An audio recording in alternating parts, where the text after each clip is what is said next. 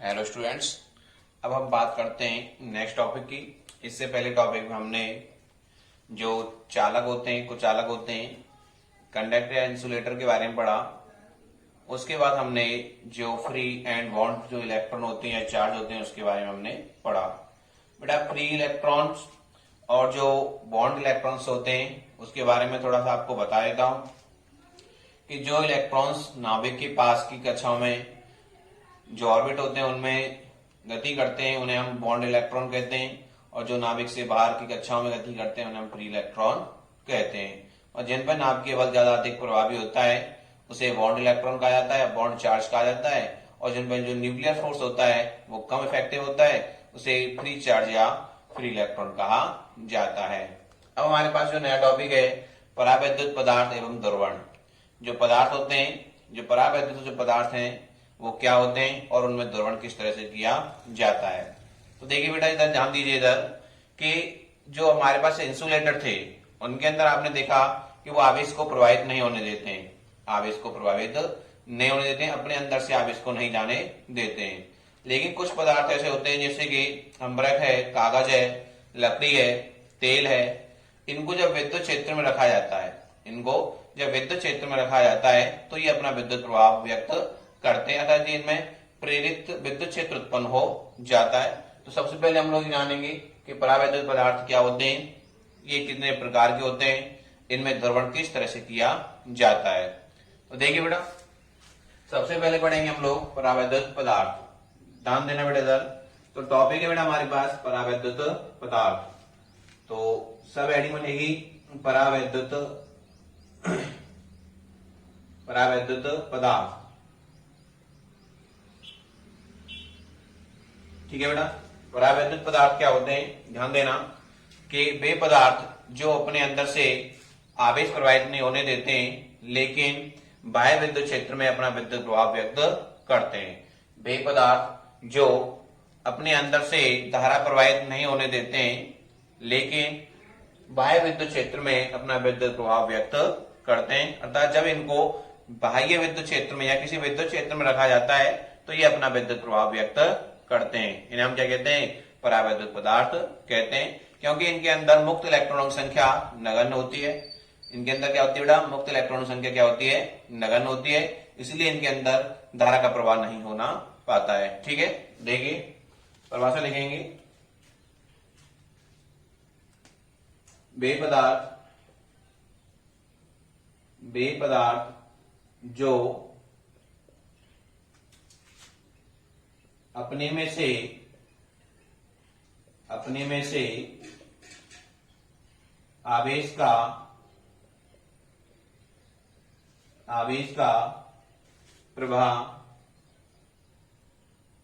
आवेश का प्रवाह नहीं होने देते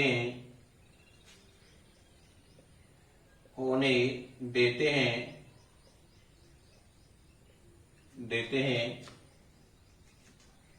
परावैद्युत पदार्थ कहलाते हैं। परावैद्युत पदार्थ कहलाते हैं।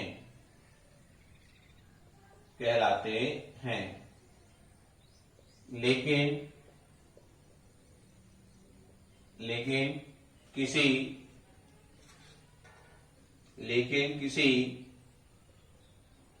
बाह्य विद्युत क्षेत्र में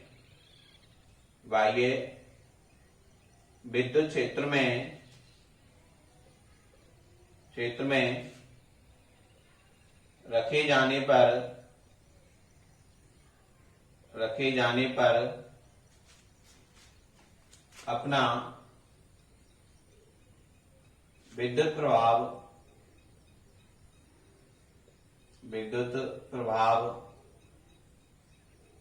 व्यक्त करते हैं। ठीक है बेटा, तो वे पदार्थ जो अपने अंदर से आवेश का प्रवाह नहीं होने देते हैं क्या कहलाते हैं, परावैद्युत पदार्थ कहलाते हैं। लेकिन जब इनको किसी बाह्य विद्युत क्षेत्र में रखा जाता है तो ये अपना विद्युत प्रभाव व्यक्त करना शुरू कर देते हैं, अर्थात ये प्रेरित विद्युत प्रभाव को व्यक्त करते हैं। क्लियर बेटा। जो ये पदार्थ होते हैं इन्हें विद्युत रोधी पदार्थ भी कहा जाता है। जैसे लकड़ी, कांच, अम्बरक, तेल आज सभी क्या है? विद्युत रोधी पदार्थ है। क्या है? विद्युत रोधी पदार्थ है। क्लियर है बेटा? देखिए लिखेंगे जैसे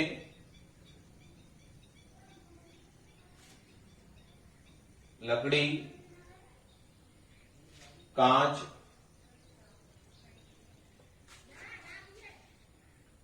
तेल, अम्बरक, ईटीसी, ये सब क्या है? विद्युत रोधी पदार्थ है। इनको परावैद्युत पदार्थ भी कहा जाता है। ठीक है ना बेटा? कारण क्या है इसका? लिखेंगे कारण, इसका जो रीजन है वो क्या है? लिखेंगे इन पदार्थों के अंदर, देखिए जो ये पदार्थ होते हैं इनके अंदर मुक्त इलेक्ट्रॉन संख्या क्या होती है? बहुत ही कम होती है। मैं बता चुका हूं आपको। ठीक है ना? मुक्त इलेक्ट्रॉन संख्या क्या होती है? बहुत ही कम होती है, इसलिए इनके अंदर आवेश का प्रवाह नहीं हो पाता है। इन पदार्थों में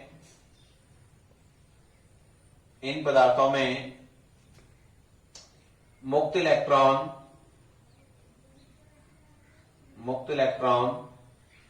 नहीं पाए जाते हैं। नहीं पाए जाते हैं। नहीं पाए जाते हैं। इनके अंदर जो मुक्त इलेक्ट्रॉन होते हैं वो क्या नहीं होते बेटा? इसके अंदर मुक्त इलेक्ट्रॉन नहीं होते, ना रखना। क्या नहीं होते? मुक्त इलेक्ट्रॉन नहीं पाए जाते हैं। तो ये हम क्या कहते हैं? परावैद्युत पदार्थ कहते हैं, या इंसुलेटर कहते हैं, या विद्युत रोधी पदार्थ कहते हैं। क्लियर है? क्योंकि आप भी जानते हैं कि प्रत्येक जो इनके अंदर मुक्त इलेक्ट्रॉन नहीं, मतलब क्या हो गया कि जो नाभिक के चारों ओर वृत्ताकार कक्षा में जो इलेक्ट्रॉन चक्कर लगा रहे हैं उन पर जो नाभिकीय बल है वो बहुत ही ज्यादा है, इसलिए इसके अंदर कोई फ्री इलेक्ट्रॉन नहीं है जो विद्युत का प्रवाह कर सके। क्लियर है बेटा? क्लियर है ना? रीजन समझ में आया बेटा? कि इनके अंदर क्या होता है कि ये इनके अंदर क्या होता है बेटा? इनके अंदर आवेश का प्रवाह नहीं होता है, लेकिन जब इनको किसी बाह्य विद्युत क्षेत्र में रखते हैं और इनमें विद्युत क्षेत्र का प्रभाव बढ़ाते जाते हैं तो ये अपना प्रभाव व्यक्त करना प्रारंभ कर देते हैं। क्लियर है सभी का? अब बात करते हैं बेटा, नेक्स्ट टॉपिक हमारे पास, ध्यान दीजिए।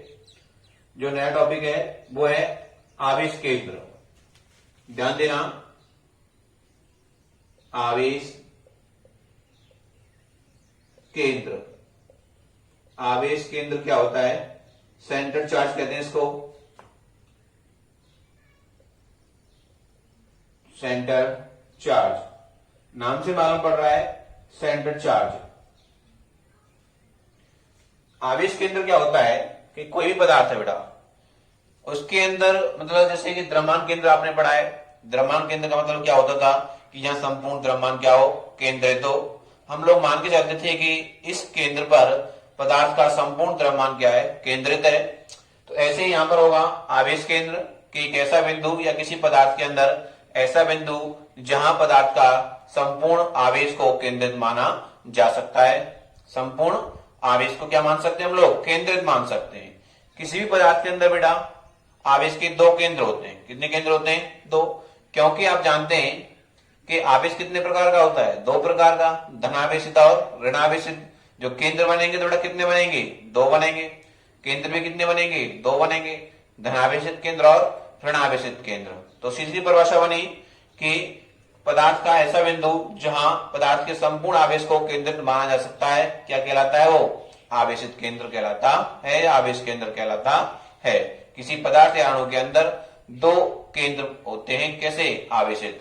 ठीक है, देखिए यहां लिखते हैं हम लोग, लिखेंगे किसी पदार्थ का ऐसा बिंदु जहां पदार्थ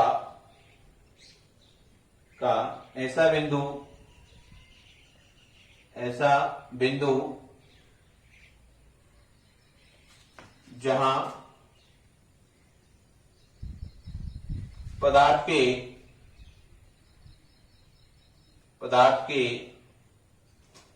संपूर्ण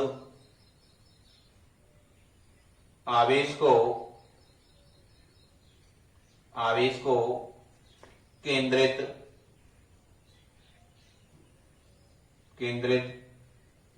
माना जा सकता है। जा सकता है। क्लियर है बेटा? संपूर्ण आवेश को क्या मान सकते हैं हम लोग? केंद्रित मान सकते हैं। यह केंद्र द्रव्यमान केंद्र की तुल्य होता है। ठीक है बेटा? तुल्य होता है। जैसे हम लोग द्रव्यमान केंद्र पर संपूर्ण द्रव्यमान को केंद्रित मानते थे, उसी प्रकार आवेश केंद्र पर पदार्थ के संपूर्ण आवेश को क्या मानेंगे? केंद्रित मानेंगे। बड़ा नोट पॉइंट की बात यह है यहां पर कि कोई पदार्थ होता है या अणु होता है, उसके अंदर दो आवेशित केंद्र होते हैं। कितने केंद्र होते हैं? दो आवेशित केंद्र होते हैं, क्योंकि आवेश कितने प्रकार का होता है? दो प्रकार का होता है। कितने प्रकार का होता है बेटा? दो प्रकार का होता है। ध्यान देना, क्लियर? ठीक है ना? इससे आगे जो टॉपिक आएगा वो बहुत ही ज्यादा इंपॉर्टेंट होगा और उसको समझना है आपको। लिखेंगे किसी पदार्थ के अंदर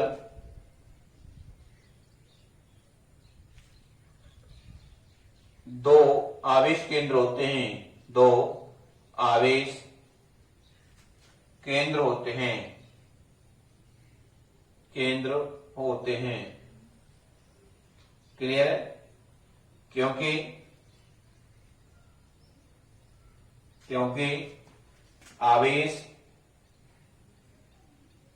आवेश दो प्रकार का होता है। दो प्रकार का होता है।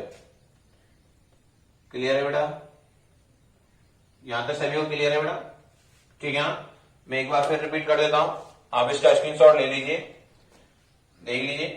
परावैद्युत पदार्थ वे पदार्थ जो अपने में से आवेश का प्रवाह नहीं होने देते परावैद्युत पदार्थ कहलाते हैं, यानी विद्युतरोधी पदार्थ कहते हैं। लेकिन जब इन पदार्थों को वायु विद्युत क्षेत्र में रखा जाता है तो ये अपना विद्युत प्रभाव व्यक्त करते हैं, जिससे कांच, लकड़ी, तेल, अम्बरक वगैरह, टेयर पर वगैरह होती है।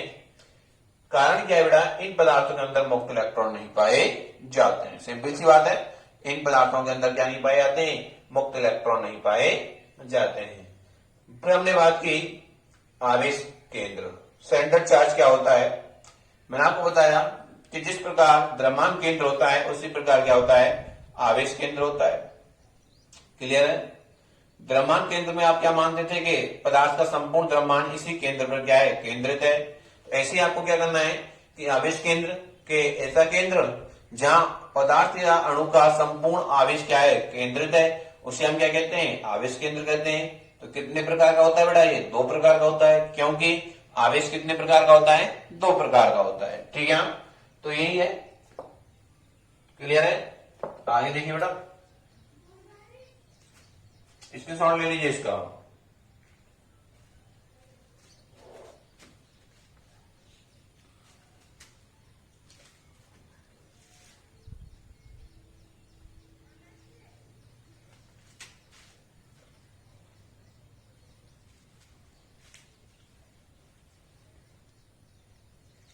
अब बात करते हैं बेटा परावैद्युत पदार्थ के प्रकार। परावैद्युत पदार्थ के प्रकार।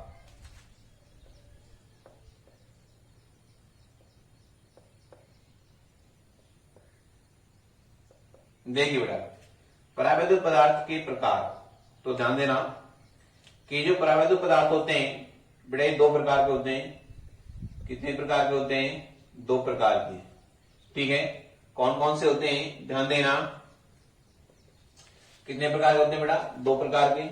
नंबर एक, यहां देखिए, ध्रुवीय परावैद्युत पदार्थ। परावैद्युत पदार्थ, ठीक है ना? और नंबर दो होता है अध्रुवीय। अध्रुवीय परावैद्युत पदार्थ। ठीक है ना?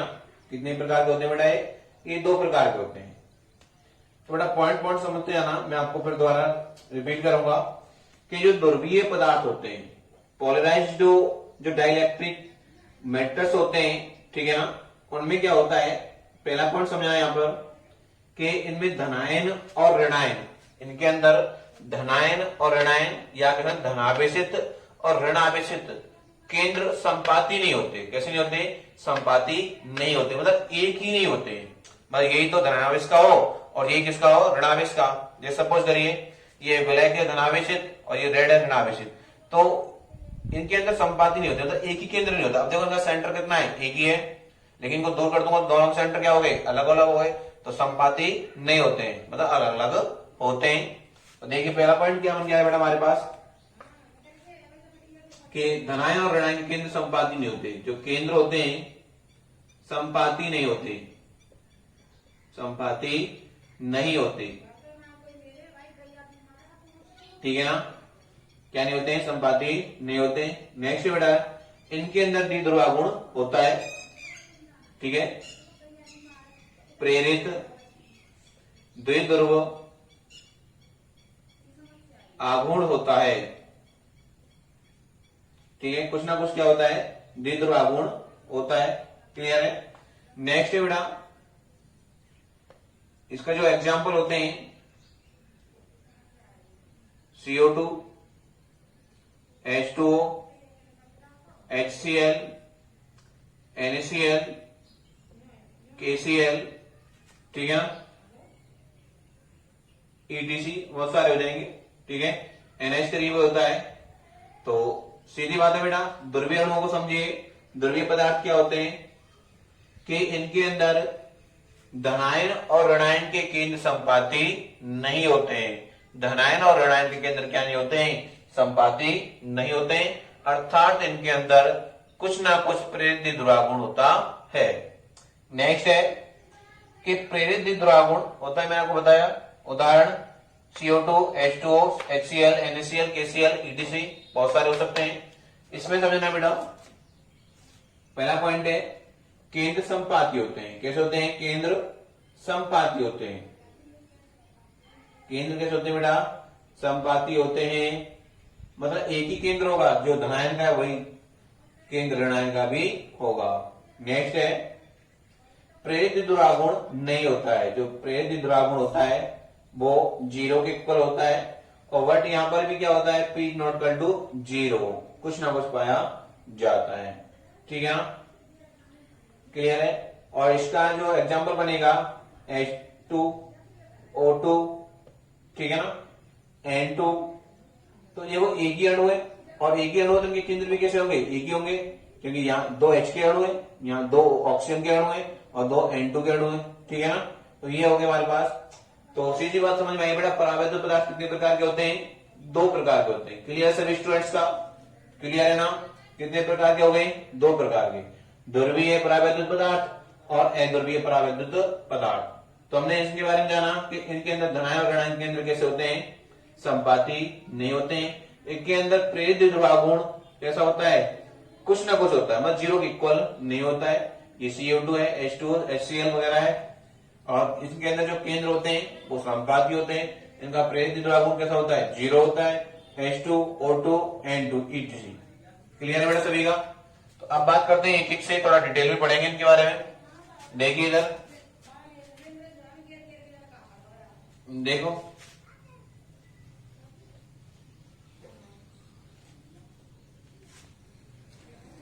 देखो बेटा इधर कितने प्रकार के हो गए? याद रखना 2 टाइप के होते हैं। कितने टाइप के होते हैं? 2 टाइप के होते हैं। तो सबसे पहले हम बात करेंगे किसकी? ध्रुवीय परावैद्युत पदार्थ की, ठीक है ना? तो देख इधर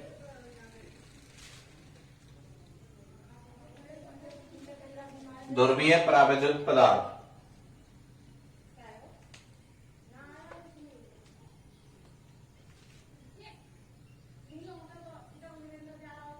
ध्रुवीय परावैद्युत पदार्थ,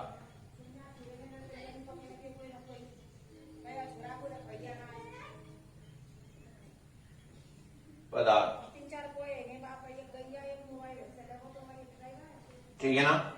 तो बेटा देखिए मैं इसके बारे में बता चुका हूं, तो हम बात करेंगे इसमें पहले पॉइंट की। लिखेंगे नंबर 1 बेपदार्थ, बेपदार्थ जिनके अंदर धनायन और ऋणायन के केंद्र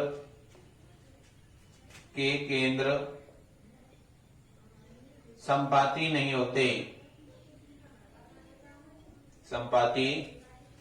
होते हैं, उन्हें क्या कहते हैं बेटा? ध्रुवीय परावैद्युत पदार्थ कहते हैं। उन्हें ध्रुवीय परावैद्युत पदार्थ कहते हैं। क्लियर बेटा? वे पदार्थ जिनके अंदर धनायन और ऋणायन के केंद्र कैसे नहीं होते हैं? संपाती नहीं होते हैं। संपाती का मतलब मैं आपको बता चुका हूं कि एक ही नहीं होते, मतलब दोनों का केंद्र एक नहीं होना चाहिए। क्लियर है? नेक्स्ट नंबर 2, इन पदार्थों का कुछ ना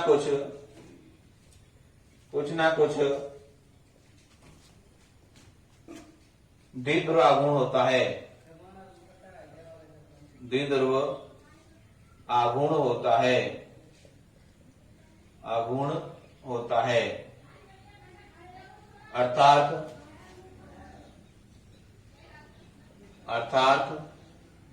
P vector is not equal to 0। जो P वेक्टर है वो 0 के इक्वल नहीं होता है, मतलब जो प्रेरित आघूर्ण है वो 0 के बराबर नहीं होता है। क्लियर है? नेक्स्ट है बेटा, ध्यान देने इधर उदाहरणों की बात करते हैं बेटा। देखना इधर, हमने HCl ले लिया, NaCl, KCl, NH3, CO2, ठीक है ना? ETC कर देंगे। और H2O भी इसके अंदर आता है। H2O भी आप नोट कर लीजिए, काफी बार आता है H2O भी। ठीक है, तो देखिए बेटा इनकी कुछ आकृति देखते हैं। क्या देखते हैं? कुछ आकृति देखते हैं। तो सबसे पहले हम देखेंगे HCl की। देखो ये मान चलिए, तो ये जो अणु है वो है Cl का, और इसके जो ऊपर जस्ट जो बनेगा ये वाला, ये किसका हो गया? H का हो गया। किसका हो गया? H का। ठीक है, तो इसके अंदर जो P वेक्टर है इसका जो द्विध्रुव आघूर्ण है वो बढ़ता हुआ जाता है। देखो बेटा, इसका केंद्र अलग है, इसका केंद्र क्या है? अलग है बिल्कुल ही। बात करते हैं CO2 की। देखो CO2 किस तरह से बनाया जाता है, कुछ इस तरह से CO2 बनेगा बेटा। देखो इधर,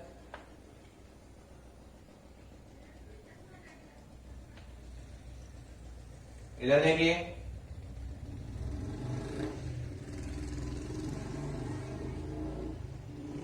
ये C हो जाएगा, O और O। ठीक है ना? कुछ इस टाइप से बनेगा। इसका द्विध्रुव आघूर्ण है वो बढ़ता हुआ चला जाएगा। क्लियर है बेटा? H2O का ही कुछ इस टाइप से बनता है। H2O का भी बना सकते हैं हम लोग। इसमें भी HH आ जाएंगे बेटा। इस जगह H2O का बनाएंगे तो देखिए,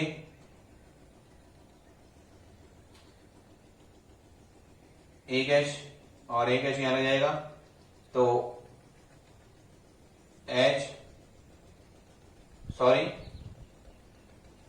ये O हो जाएगा, H H। क्लियर है? सभी बच्चे स्क्रीनशॉट ले लीजिए इसका, सभी लोग स्क्रीनशॉट ले लीजिए। तो ये बेसिक चीज थी, मैं आपको बताया है। अब आगे देखिए बेटा, नेक्स्ट पॉइंट की बात करते हैं। ध्यान देना, इनको मिटा देता हूं मैं। देखिए इधर, नेक्स्ट पॉइंट है बेटा हमारे पास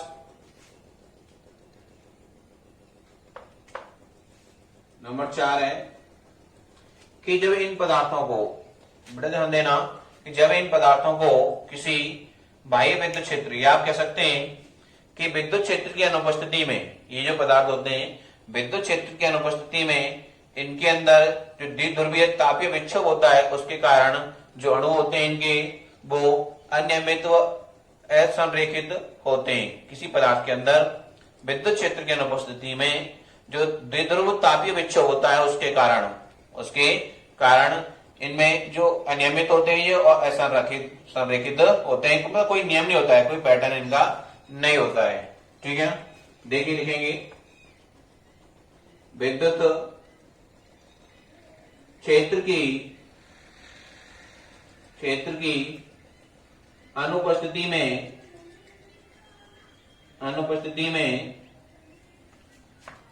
विद्युत क्षेत्र की अनुपस्थिति में ये जो अणु होते हैं बेटा, ये अणु द्विध्रुव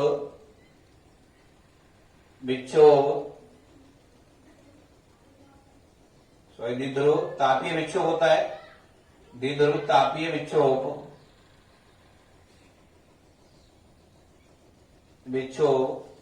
के कारण क्लियर है बेटा, के कारण अनियमित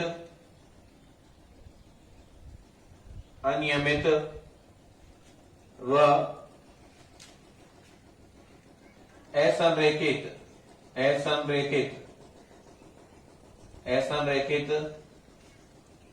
होते हैं।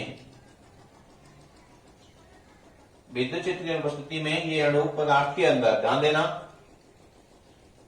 पदार्थ के अंदर ध्रुवीय तापीय विक्षोभ के कारण अनियमित और असंरेखित होते हैं। अर्थात ध्यान देना बेटा, अर्थात ध्यान देने वाली बात क्या है कि असंरेखित और अनियमित होते हैं। तो इसका मतलब क्या होता है कि जो धनायन का केंद्र होता है या तो धनावेशित होता है वो विद्युत क्षेत्र की दिशा में होता है, और जो ऋणावेशित होता है विद्युत क्षेत्र की विपरीत दिशा में होता है। अर्थात इनका जो प्रेरित विद्युत गुण होता है वो कैसा होता है, जीरो होता है। कितना होता है, जीरो होता है। कैसा होता है, जीरो। क्लियर है, कैसा होता है बेटा, जीरो होता है। लिखेंगे अर्थात पदार्थ के अंदर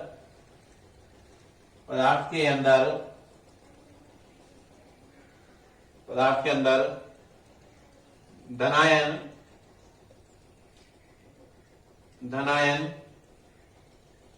विद्युत क्षेत्र की दिशा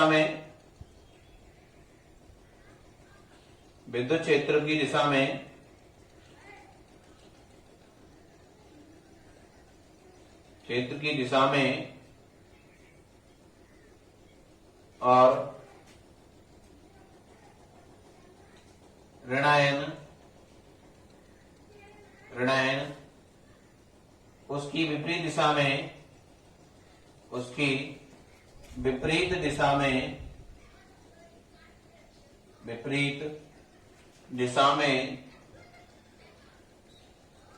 में होते हैं। क्लियर है, क्लियर बेटा सभी का। देखिए इसको डायग्राम के द्वारा समझते हैं बेटा, ध्यान देना बेटा इधर।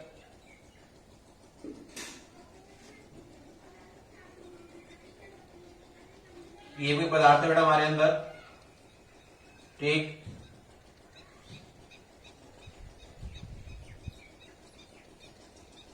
देखो ये अणु है, तो देखो बेटा यहाँ पे इनका कोई पैटर्न नहीं है, थोड़ा बड़े बना देता हूं बेटा मैं, देखो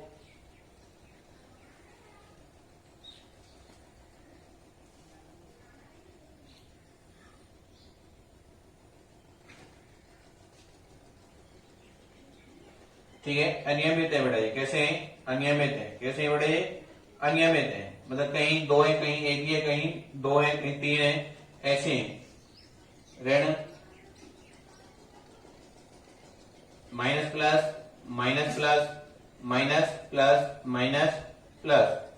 तो बेटा यहां पर जो विद्युत क्षेत्र है वो कैसा है, जीरो है। कैसा है बेटा, विद्युत क्षेत्र कैसा है, जीरो है यहाँ पर। जब विद्युत क्षेत्र 0 होता है तो इनके अंदर जो अणु होते हैं वो कैसे होते हैं, अनियमित और असंरेखित होते हैं। लेकिन जब इनको बाह्य विद्युत क्षेत्र में रखा जाता है तो धनायन के जो केंद्र होते हैं, जो धनावेशित होता है वो विद्युत क्षेत्र की दिशा में, और जो ऋणावेशित होता है वो विद्युत क्षेत्र की विपरीत दिशा में क्या हो जाते हैं, थोड़े से विस्थापित हो जाते हैं या एडजस्ट हो जाते हैं, संरेखित हो जाते हैं, जिससे इनका अंदर प्रेरित ध्रुवागुण उत्पन्न हो जाता है। क्लियर है, ठीक है ना। तो विद्युत क्षेत्र की अनुपस्थिति में ये पदार्थ होते हैं वो कैसे होते हैं, असंरेखित और अनियमित। ठीक है ना, यहां देता हूं अनियमित, अनियमित व असंरेखित, असंरेखित,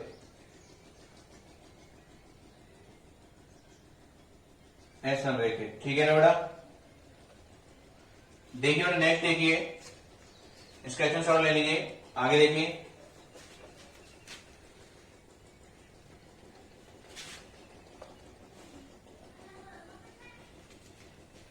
अब देखिए लिखेंगे बेटा, नेक्स्ट है नंबर 6 बेटा। जब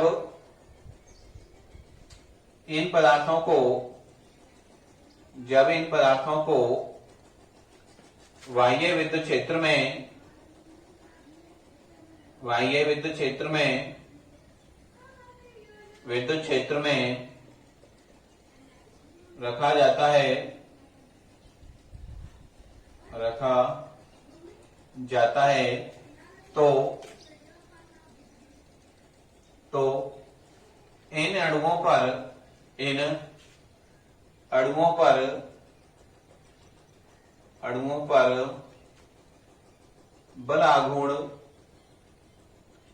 बलाघूर्ण कार्य करता है, कार्य करता है, जिससे, जिससे ये अणु विद्युत क्षेत्र की दिशा में, ये अणु विद्युत क्षेत्र की दिशा में संरेखित हो जाते हैं, संरेखित हो जाते हैं,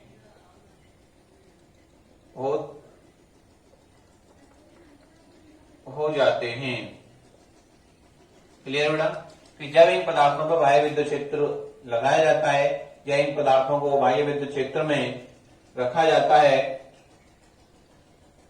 ठीक है, तो ये अणु, इन जो अणु होते हैं इनके अंदर, वो उन पर क्या काम करता है बेटा, बलाघूर्ण कार्य करता है, जिससे ये अणु जो होते हैं वो विद्युत क्षेत्र दिशा में क्या जाते हैं, संरेखित हो जाते हैं। क्लियर है। एक पॉइंट और देखिए, फिर डायग्राम से ज्यादा समझेंगे इसको। नेक्स्ट है बेटा कि जैसे जैसे हम विद्युत क्षेत्र की तीव्रता का मान बढ़ाते जाते हैं, जैसे जैसे हम विद्युत क्षेत्र की तीव्रता का मान बढ़ाते जाते हैं, तो ये अणु होते हैं ये अधिक से अधिक संख्या में संरेखित होने का प्रयास करते हैं, या कह सकते हैं हम लोग अधिक से अधिक संख्या में क्या होते हैं, ये संरेखित होते हैं, जिससे इनका जो द्विध्रुवागुण होता है वो बढ़ता हुआ चला जाता है। क्लियर है बेटा। क्लियर सभी का। दूसरी बात क्या होती है बेटा, जो विद्युत क्षेत्र की जो तीव्रता होती है उसको बढ़ाने की एक लिमिट होती है, आप कह सकते हैं कि संरेखित होने की एक लिमिट होती है। ठीक है, और जो लिमिट होती है वो दो बातों पर निर्भर करती है, दो बातों पर निर्भर करती है। कौन कौन सी बात होती है वो यहां हम देखेंगे। नेक्स्ट बेटा लिखिए, लिखेंगे जैसे जैसे विद्युत क्षेत्र, विद्युत क्षेत्र की तीव्रता बढ़ती जाती है, बढ़ती जाती है, अणु अधिक से अधिक, अधिक से अधिक, अधिक से अधिक संख्या में, संख्या में, संख्या में संरेखित होते हैं, संरेखित होते हैं। ठीक है बेटा। अधिक से अधिक संख्या में क्या होते हैं, संरेखित होते हैं। देखिए बेटा डायग्राम के द्वारा समझते हैं इसको। यहाँ पर जो विद्युत क्षेत्र है वो इज नॉट इक्वल टू 0। जो विद्युत क्षेत्र की जो डायरेक्शन है वो ये वाली है, ठीक है बेटा। देखिए सर, तो जो अणु होते हैं वो अधिक से अधिक संख्या में क्या हो जाते हैं, संरेखित हो जाते हैं।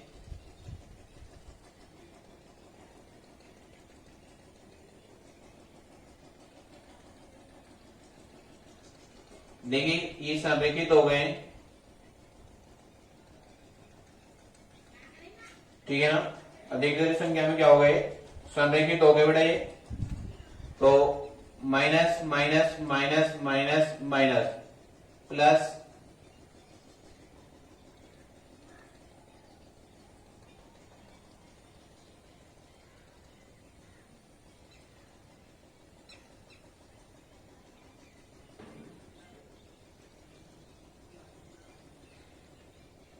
क्लियर है बेटा सभी का। तो देखिए ये एडजस्ट हो गए। जो धनायन की जो डायरेक्शन है वो विद्युत क्षेत्र की डायरेक्शन में, और जो ऋणायन की डायरेक्शन है वो विद्युत क्षेत्र के विपरीत डायरेक्शन में, तो ये संरेखित हो गए, ठीक है ना। तो नेक्स्ट जो लास्ट पॉइंट बनता है कि जो संरेखित होने की जो सीमा होती है वो दो कारकों पर निर्भर करती है। कितने कारकों पर निर्भर करती है बेटा, दो कारकों पर, ठीक है ना। एक तो तापीय विक्षोभ और एक होता है विद्युत द्विध्रुव स्थितिज ऊर्जा या द्विध्रुव की स्थितिज ऊर्जा, जो अणुओं को विद्युत क्षेत्र की दिशा में संरेखित करने का क्या करती है, प्रयास करती है। और दूसरा है द्विध्रुव तापीय विक्षोभ, जो अणुओं को विद्युत द्विध्रुव की दिशा की विपरीत संरेखित करने का क्या करता है, प्रयास करता है, ठीक है ना। तो देखिए लास्ट टॉपिक जो पॉइंट है हमारे पास वो बात डिस्कस करेंगे। देखिए बेटा यहाँ पर स्क्रीनशॉट ले लीजिए, इसका लिखेंगे। देखिए आगे ये लास्ट पॉइंट है हमारे पास,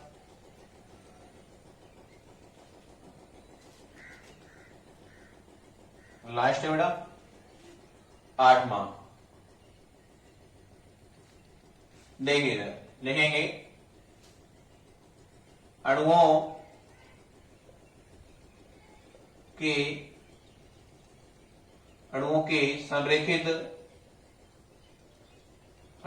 संरेखित होने की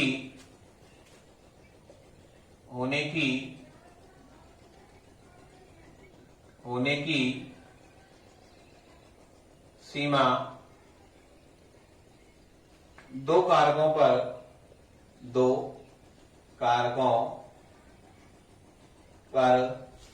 निर्भर करती है।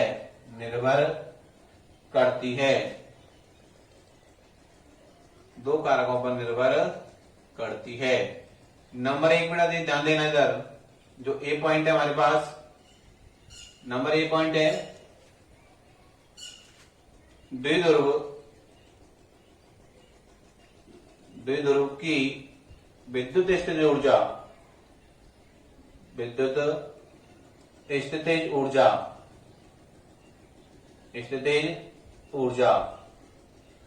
ठीक है बेटा।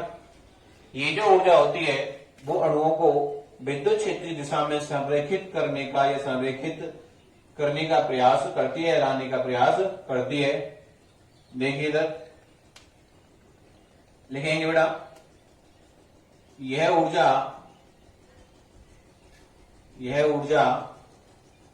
अणुओं को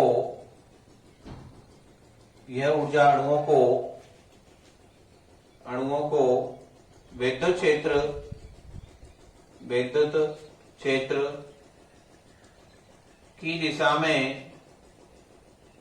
दिशा में संरेखित करने का प्रयास करती है, दिशा में संरेखित करने का प्रयास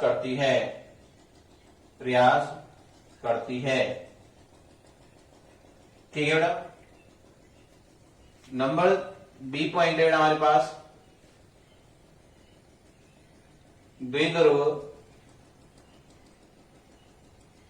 द्विध्रुव तापीय विक्षोभ, ठीक है ना। ये दूसरा फैक्टर बेटा इसको जो इसको इफेक्टिव बनाता है, ये इसको विपरीत करने का प्रयास करेगा। यह है अणुओं को असंरेखित क्या करेगा बेटा, ये असंरेखित करेगा, असंरेखित करने का प्रयास करता है। ठीक है बेटा। तो ये हमारे पास हो गए ध्रुवीय अणु।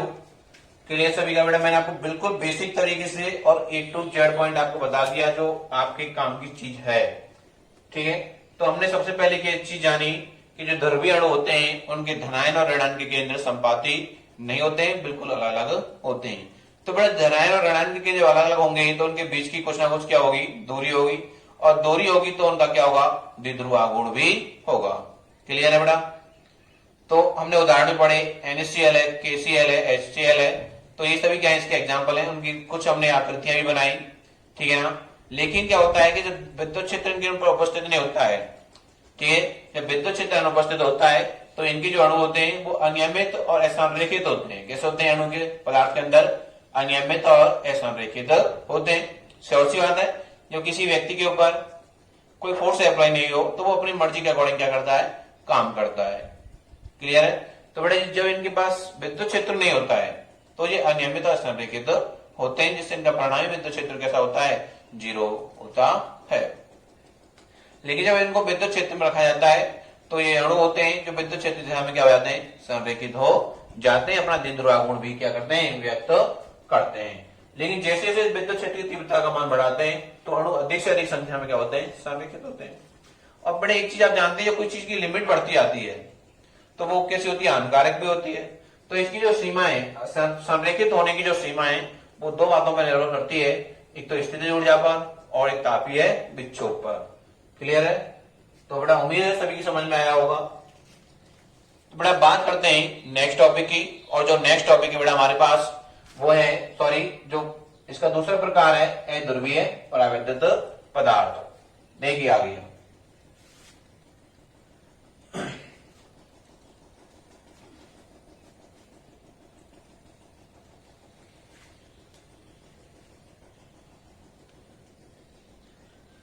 अध्रुवीय परावैद्युत पदार्थ, ठीक है ना। अध्रुवीय परावैद्युत पदार्थ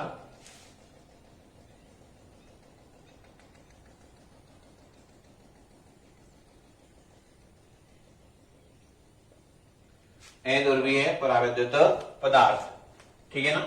तो परावैद्युत पदार्थ क्या होता है ये हम जानेंगे। मैं आपको पहले बता चुका हूं कि अध्रुवीय पदार्थ क्या होते हैं। इसके कुछ पॉइंट हैं वो हम डिस्कस यहां पर करेंगे।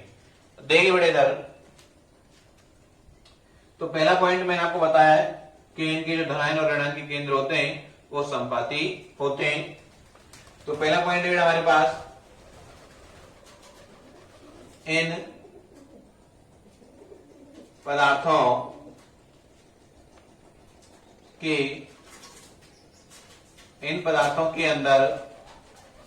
पदार्थों के अंदर धनायन और ऋणायन के केंद्र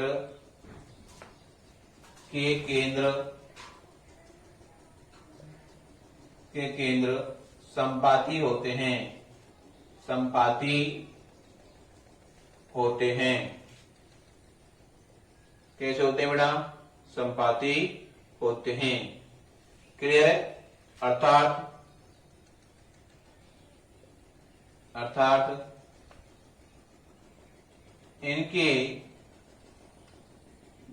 इनके बीच की दूरी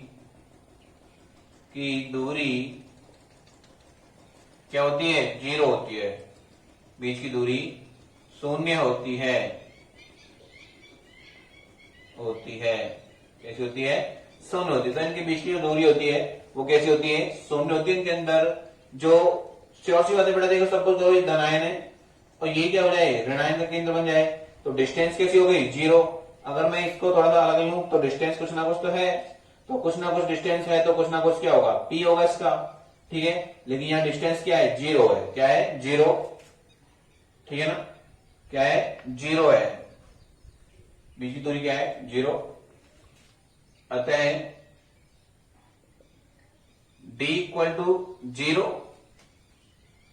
तो p इक्वल टू क्या हो जाएगा, जीरो हो जाएगा। जब d जीरो है तो p क्या हो जाएगा, जीरो, क्योंकि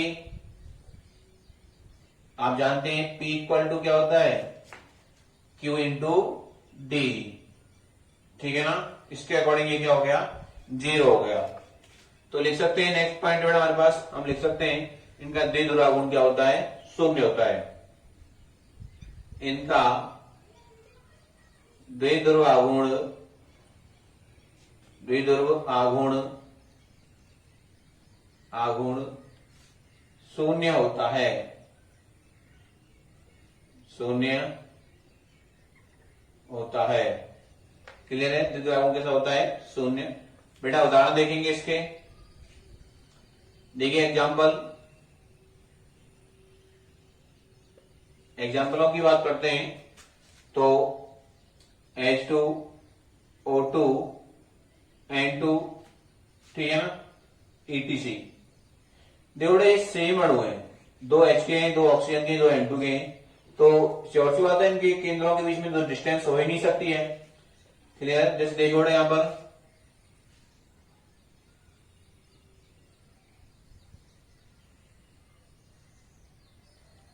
एग्जाम्पल के तौर पे देखिए बेटा, तो हमने H2O2 लिखा है और इनको बना के देखेंगे तो कैसे आएंगे, सेम आएंगे। कैसे आएंगे, सेम केंद्र आएंगे इनके, तो इनके बीच में डिस्टेंस होगी नहीं, इनके बीच में डिस्टेंस होगी ही नहीं, ठीक है ना। देखिए इधर नेक्स्ट बात करते हैं बेटा, चौथा पॉइंट है बेटा हमारे पास, ध्यान देना इधर कि बाह्य विद्युत क्षेत्र की उपस्थिति में या विद्युत क्षेत्र की अनुपस्थिति में, आप कह सकते हैं विद्युत क्षेत्र की अनुपस्थिति में इनका जो परिणामी द्विध्रुव आघूर्ण होता है वो कैसा होता है, जीरो होता है। कैसा होता है, जीरो। लिखेंगे विद्युत क्षेत्र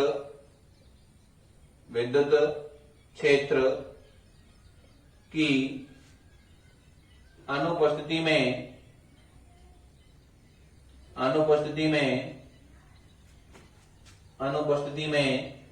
इनका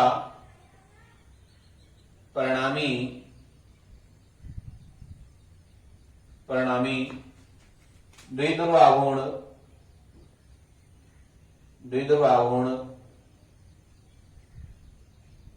आघूर्ण शून्य होता है।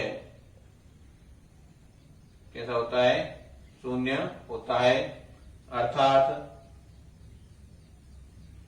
बड़े जो धनायन होता है और जो ऋणायन होता है वो कैसे होते हैं, बिल्कुल ही पास पास होते हैं, ठीक है ना।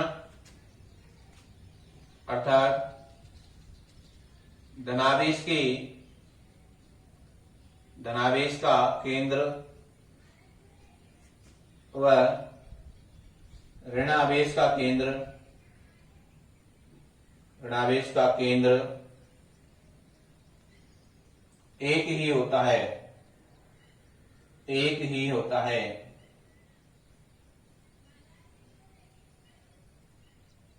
ठीक है ना। तो परिणामी द्विध्रुव आघूर्ण क्या हो गया, इनका जीरो हो गया। क्या हो गया, जीरो। लेकिन जब इनमें विद्युत क्षेत्र लगाया जाता है तो इनकी जो धनायन का केंद्र होता है वो तो विद्युत क्षेत्र की दिशा में, और जो ऋणायन का केंद्र होता है वो विद्युत क्षेत्र की दिशा में थोड़ा सा क्या हो जाता है, विस्थापित हो जाता है, ठीक है बेटा। कि जब अध्रुवीय जो अणु होते हैं उन पर जब विद्युत क्षेत्र लगाया जाता है तो धनायन का जो केंद्र होता है वो विद्युत क्षेत्र की दिशा में, और जो ऋणायन का केंद्र होता है वो विद्युत क्षेत्र की विपरीत दिशा में थोड़ा सा क्या हो जाता है, विस्थापित हो जाता है, जिससे इनका कुछ ना कुछ क्या हो जाता है, द्विध्रुव आघूर्ण, या कह सकते हैं आप लोग इनके अंदर प्रेरित द्विध्रुव आघूर्ण उत्पन्न हो जाता है, ठीक है ना। देखिए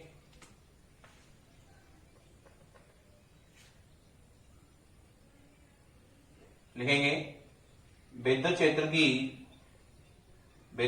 की उपस्थिति में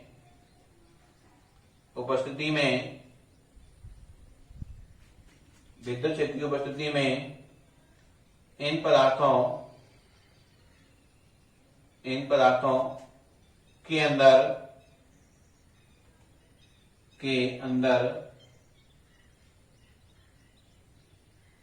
धनावेश का केंद्र विद्युत क्षेत्र की दिशा में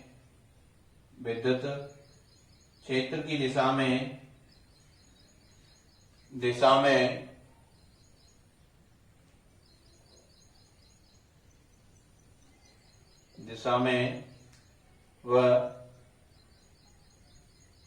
ऋणावेश का केंद्र विपरीत दिशा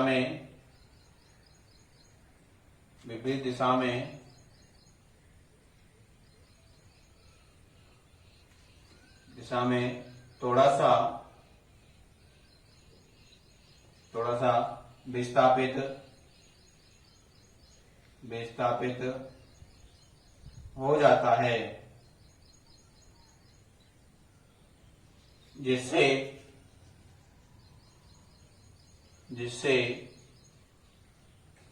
इनके अंदर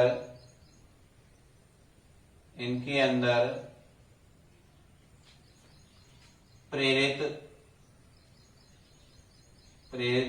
द्विध्रुवागुण उत्पन्न हो जाता है।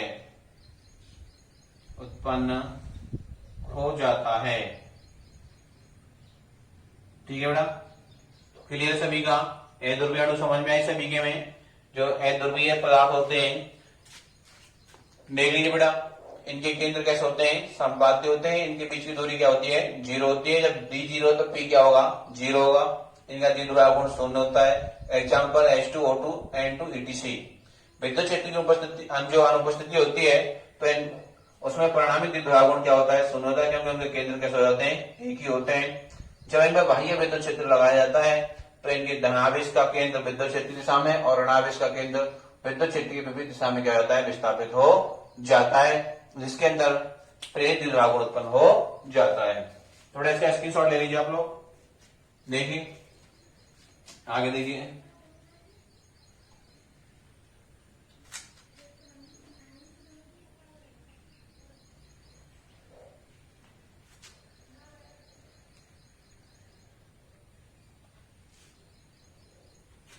यहां देखो बेटा,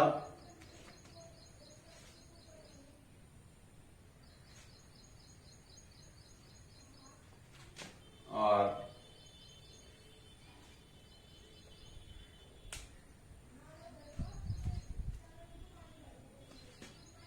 यहां जो विद्युत क्षेत्र है वो इक्वल टू 0 है बेटा।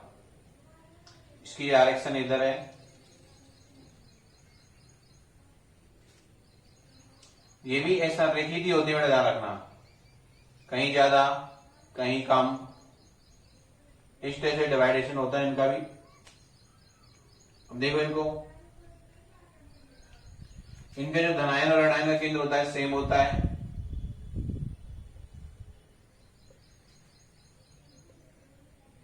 एक ही केंद्र बेटा इन अणुओं का, ध्यान रखना, इन अणुओं का एक ही केंद्र है। ठीक है, तो इनका द्विध्रुवागुण जो है वो कैसा है? 0 है। कैसा है बेटा? 0, बिकॉज d इक्वल टू क्या है? 0 है। ठीक है, विद्युत क्षेत्र की अनुपस्थिति है, क्योंकि 0 की इक्वल है विद्युत क्षेत्र। ध्यान देना बेटा, यहां देखिए,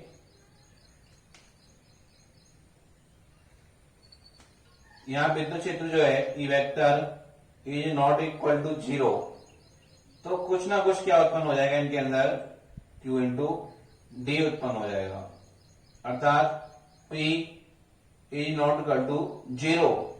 जो विद्युत क्षेत्र डायरेक्शन है वो इधर है, तो कुछ जब हम विद्युत क्षेत्र इलेक्ट्रिक फील्ड की इंटेंसिटी इंक्रीज करते जाते हैं, तो इनके अंदर जो मॉलिक्यूल्स होते हैं उनके अंदर जो मतलब सेंटर ऑफ पॉजिटिव चार्ज का सेंटर होता है, नेगेटिव चार्ज का सेंटर होता है, वो थोड़े से क्या हो जाते हैं? विस्थापित हो जाते हैं, डिस्प्लेसमेंट अचीव कर लेते हैं। ये देखो, एक ये आ गया, एक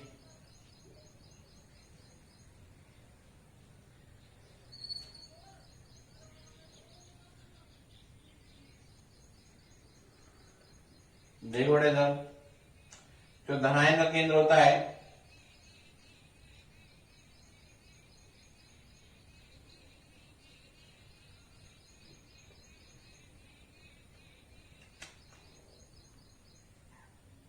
ठीक है बेटा, जो धनावेश केंद्र होता है विद्युत क्षेत्रीय दिशा में विस्थापित हो रहा है।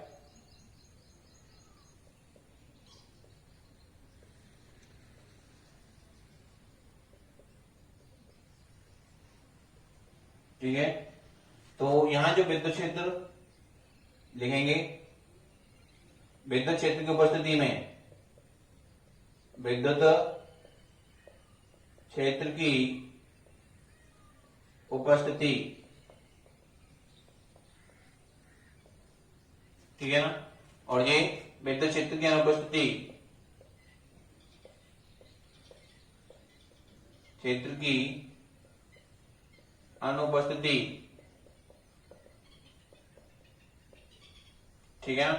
तो विद्युत क्षेत्र की अनुपस्थिति में तो ये स्ट्रक्चर बनता है बेटा इनका, और विद्युत क्षेत्र उपस्थिति में ये वाला स्ट्रक्चर बनेगा। ठीक है बेटा, इसकी ले लीजिए इसका। और कोई समस्या हो सकती है या कोई प्रॉब्लम आती है तो आप हमें कमेंट बॉक्स में कमेंट करके पूछ सकते हैं, या आप हमें कॉल कर सकते हैं। बेटा मेरा नंबर है,